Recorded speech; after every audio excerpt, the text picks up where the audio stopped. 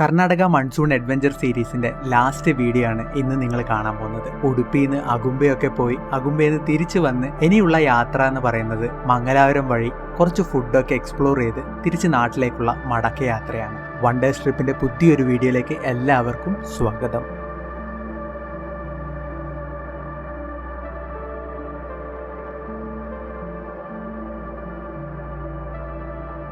അഗുംബയിലെ കാഴ്ചയൊക്കെ കണ്ട് 1 മണിയോടെയാണ് സോമേശ്വർ എത്തുന്നത്. സോമേശ്വറിന് മംഗലാപുരത്തേക്ക് 92 കിലോമീറ്റർ ആണ് ഡിസ്റ്റൻസ് വരുന്നത്. ഏകദേശം 2 മണിക്കൂറോളം ടൈം എടുക്കും നമ്മൾ മംഗലാപുരം എത്താൻ. സോമേശ്വർ എത്തിയപാടെ നമ്മളൊരു ചെറിയ കടയിൽ കയറി അത്യാവശ്യം സ്നാക്സും ജംസും ഒക്കെ വാങ്ങിച്ചായിരുന്നു മുന്നോട്ടുള്ള യാത്ര പോയത്. വളരെ മനോഹരമായ ഒരു ഡ്രൈവാണ് നമുക്ക് മുന്നോട്ടുള്ളത്. നമ്മളെ യാത്രയിലെ കഴിഞ്ഞ 2 ദിവസത്തിനെ കമ്പയർ ചെയ്യുമ്പോൾ നല്ലൊരു ക്ലൈമറ്റും കൂടിയാണ് ഇന്ന് നമുക്ക് കിട്ടിയത്. ഇടക്കിടക്ക് മഴ പെയ്യുന്നുണ്ടെങ്കിലും ആ മഴ കഴിയുമ്പോൾ അത്യാവശ്യം വെയിലൊക്കെ നമുക്ക് കിട്ടുന്നുണ്ട്.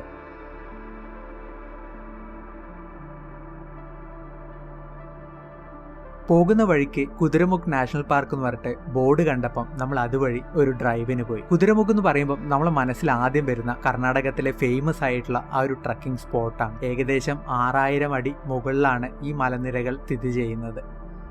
ഇതൊക്കെ മാറ്റിവെച്ചാൽ ഒട്ടേറെ നിഗൂഢതകൾ നിറഞ്ഞ ഒരു സ്ഥലമാണ് കർണാടകയിലെ സ്ഥിതി ചെയ്യുന്ന കുതിരമുഖ്. 20ാം നൂറ്റാണ്ടിലെ അയൺ മൈനിങ് ഒക്കെ ചെയ്യുന്ന ഒരു സ്ഥലമായിരുന്നു കുതിരമുഖ്. അതുകൊണ്ട് തന്നെ ഇവിടെ ഒരു ടൗൺഷിപ്പ് ഉണ്ടായിരുന്നു. പിന്നീട് 1990ഓടെ ഇവിടുത്തെ എൻവയറമെന്റൽ ഇഷ്യൂ ഒക്കെ കൊണ്ട് അയൺ മൈനിങ് കംപ്ലീറ്റ് ആയിട്ട് സ്റ്റോപ്പ് ചെയ്തു. അതോടുകൂടി ഇവിടെ താമസിച്ചിരുന്ന 10,000-ന് മേലുള്ള ആൾക്കാർ ഈ ഒരു സ്ഥലം കംപ്ലീറ്റ്ലി വെക്കേറ്റ് ചെയ്ത് മറ്റ് സ്ഥലങ്ങളിലേക്ക് പോയി. അതോടുകൂടി ഈ ഒരു ടൗൺഷിപ്പ് മൊത്തത്തിൽ അബൻഡന്റ് ആയി. ഒരു ഗോസ്റ്റ് ടൗൺ ആയിട്ടാണ് ഇത് അറിയപ്പെടുന്നത്. മൊത്തം കാടൊക്കെ കയറി ഒട്ടേറെ നിഗൂഢതകൾ നിറഞ്ഞ ഒരു സ്ഥലം. കുതിരമുഖ് പ്ലാൻ ചെയ്യുന്നുണ്ടെങ്കിൽ ഒരു കംപ്ലീറ്റ് ഡേ നമുക്ക് ഇതിനു വേണ്ടി ചെലവഴിക്കണം. നല്ല പ്ലാനിങ്ങോട് കൂടി വേണം നമ്മൾ കുതിരമുഖ് വിസിറ്റ് ചെയ്യാൻ. വൈൽഡ് ലൈഫ് സഫാരിയും ട്രക്കിങ്ങും പിന്നെ ഗോസ്റ്റ് ടൗൺ ഒക്കെ ഒന്ന് വിസിറ്റ് ചെയ്യാൻ ഒരു കംപ്ലീറ്റ് ഡേ പാക്കേജ് തന്നെ വേണം. അതുകൊണ്ട് കൂടി തന്നെ നമ്മൾ വെറുതെ ഈ കാടിലൂടെ ഒന്ന് കറങ്ങി തിരിച്ചിറങ്ങി വന്നു.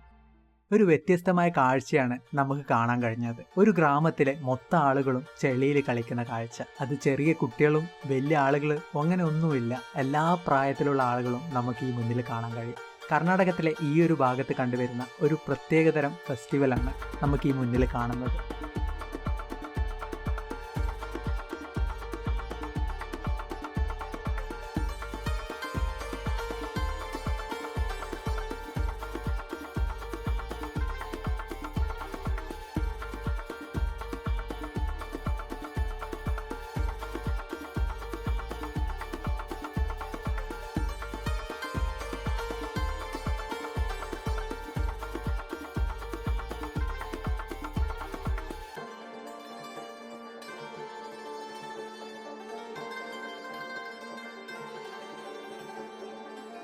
അവിടെ നിൽക്കുന്ന എല്ലാവരെയും തന്നെ ചളിയിൽ പിടിച്ചിടുന്നുണ്ടോ എന്നൊരു ഡൗട്ട് തോന്നിയപ്പം നമ്മൾ പതുക്കെ വണ്ടിയെടുത്തു മുന്നോട്ടുള്ള യാത്ര തുടങ്ങി.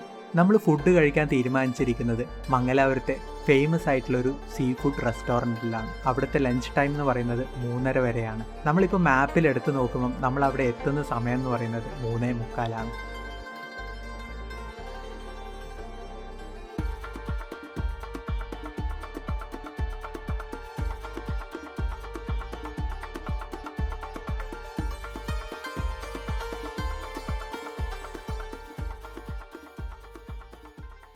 രണ്ടേ കാലാവുമ്പോഴാണ് നമ്മൾ കർക്കല എത്തിയത്. കർക്കല എത്തുമ്പോഴത്തേക്കും നല്ല മഴ പെയ്തു തുടങ്ങിയിരുന്നു. ആ മഴയത്ത് പോലും എന്ത് നല്ല മനോഹരമായിട്ടാണ് നമുക്ക് ആ പള്ളി കാണാൻ കഴിയുന്നത്. കർക്കലയിലെ ഫേമസ് ആയിട്ടുള്ള സെന്റ് ലോറൻസ് മൈനർ ബസിലിക്കയാണ് നമുക്ക് ആ മുന്നിൽ കാണാൻ കഴിയുന്നത്.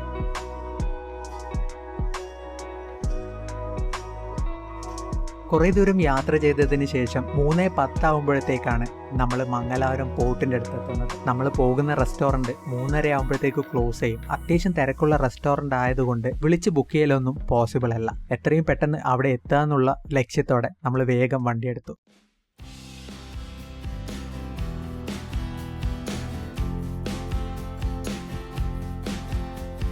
മംഗലാപുരത്ത് ഫേമസ് ആയിട്ടുള്ള ഒരു സീ ഫുഡ് റെസ്റ്റോറൻ്റ് ആണ് മച്ചലി. വെറൈറ്റി ആയിട്ടുള്ള നല്ല ടേസ്റ്റുള്ള സീ ഫുഡ് ഡിഷസ് നമുക്കിവിടെ കിട്ടും. നമ്മളിവിടെ വന്ന് ഓർഡർ ചെയ്തിരിക്കുന്നത് നല്ല സീ ഫുഡ് മീൽസും ഇതിൻ്റെ കൂടെ നങ്ക് ഫ്രൈയും കക്ക കൊണ്ടുള്ള ഒരു മസാലയാണ്. സാധാരണ നമുക്ക് കിട്ടുന്ന പോലെ കക്കയുടെ തോടൊന്നും പൊളിച്ചിട്ടില്ല, കക്കയുടെ തോടോടെയാണ് ഈ കറി ഉണ്ടായിരിക്കുന്നത്. 3:30 കഴിഞ്ഞ് വന്നതുകൊണ്ട് തന്നെ കിച്ചണൊക്കെ ക്ലോസ്ഡ് ആയിരുന്നു. അതുകൊണ്ട് കൂടുതലായി ഒന്നും ഓർഡർ ചെയ്യാൻ പറ്റിയില്ല. പക്ഷെ കഴിച്ചതൊക്കെ നല്ല ടേസ്റ്റ് ഉണ്ടായിരുന്നു. അതുകൊണ്ട് തന്നെ നല്ലൊരു ഉറക്കക്ഷീണം വന്നു തുടങ്ങി. അപ്പോഴാണ് പെട്ടെന്ന് ഓർമ്മ വന്നത്, ഇന്ത്യയിലെ തന്നെ ഐസ്ക്രീം ക്യാപിറ്റൽ എന്നറിയപ്പെടുന്നത് മംഗലാപുരത്തെയാണ്.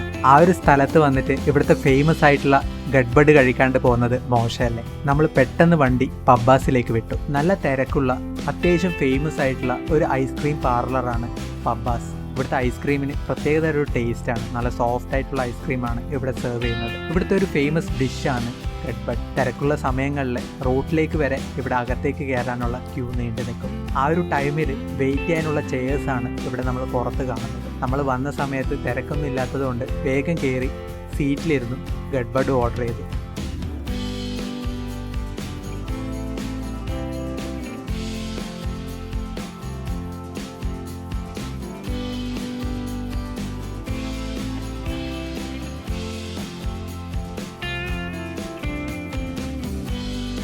ഫുഡൊക്കെ കഴിച്ച് മംഗലാപുരമൊക്കെ ഒന്ന് കറങ്ങി 6 മണിയോടെയാണ് നമ്മളെ യാത്ര സ്റ്റാർട്ട് ചെയ്തത്. ഇനി മുന്നോട്ട് നമുക്ക് നീണ്ടൊരു യാത്രയാണ്. കാസർഗോഡും കണ്ണൂരും കോഴിക്കോടും മലപ്പുറവും തൃശ്ശൂരും ഒക്കെ താണ്ടി കൊച്ചി വരെ എത്തണം. രാവിലെ സ്റ്റാർട്ട് ചെയ്തതുകൊണ്ട് എല്ലാവരും തന്നെ നല്ല രീതിയിൽ ടയർഡായിട്ടുണ്ട്. അതുകൊണ്ട് നമ്മൾ വരുമ്പം ചെയ്തതുപോലെ കണ്ണൂരിൽ ഒരു നൈറ്റ് ഹോൾട്ട് ചെയ്തിട്ടാണ് മുന്നോട്ടുള്ള യാത്ര പോകുന്നത്. ഈ ഒരു ടോൾ ബൂത്ത് കടക്കുന്നതോടെ നമ്മൾ കേരളത്തിലേക്ക് എൻറ്റർ ചെയ്യും. 3 ദിവസത്തെ പ്ലാനുമായിട്ടാണ് നമ്മൾ ഈ Karnataka monsoon adventure trip start ചെയ്തത്. ഈ ഒരു ട്രിപ്പിൽ എനിക്ക് ഏറ്റവും കൂടുതൽ ഇഷ്ടപ്പെട്ടത് കൊടജാദ്രിയിലേക്കുള്ള ട്രക്കിംഗ് ആണ്. നമ്മൾ അവിടെ പോയ സമയവും ദിവസവും ഒക്കെ ഒരു ലക്കായിട്ടാണ് ഞാൻ കരുതുന്നത്. കാരണം നമ്മൾ പോയതിൻ്റെ നെക്സ്റ്റ് ഡേ മുതൽ കൊടജാദ്രിയിലേക്കുള്ള എല്ലാ ട്രക്കിങ്ങും തന്നെ സ്റ്റോപ്പ് ചെയ്തിരുന്നു. മഴക്കാലത്ത് യാത്ര ചെയ്യുമ്പം ചിലപ്പം ഇങ്ങനെയൊക്കെയാണ്. ചില സ്ഥലങ്ങളിൽ നമ്മൾ പ്ലാൻ ചെയ്തതുപോലെ പോകാൻ പറ്റാത്ത അവസ്ഥ വരും. അതുപോലെ കാണാൻ പറ്റാത്തൊരു സ്ഥലമായിരുന്നു യാന കേവ്. അതിവിജനമായ കാടിലൂടെയുള്ള യാത്ര ശരിക്കും ഒരു എക്സ്പീരിയൻസ് തന്നെയായിരുന്നു.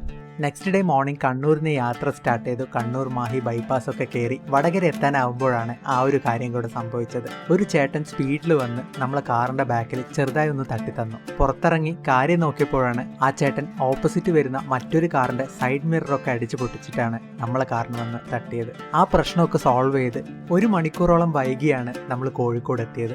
കോഴിക്കോട് ബീച്ചിലൂടെയുള്ള യാത്രയൊക്കെ ആസ്വദിച്ചുകൊണ്ട് ഞാൻ ഈ വീഡിയോ ഇവിടെ അവസാനിപ്പിക്കുകയാണ്. ഈ വീഡിയോ മാത്രമല്ല, ഈ സീരീസ് ഇവിടെ തീരുകയാണ്. കർണാടക മൺസൂൺ അഡ്വഞ്ചർ സീരീസ് നിങ്ങൾക്ക് ഇഷ്ടപ്പെട്ടെന്ന് വിചാരിക്കുന്നു. ഇഷ്ടപ്പെട്ടെങ്കിൽ ലൈക്ക് ചെയ്യണം, അഭിപ്രായങ്ങൾ കമൻറ്റ് ചെയ്യണം, ചാനൽ സബ്സ്ക്രൈബ് ചെയ്യാൻ മറക്കരുത്. ബൈ.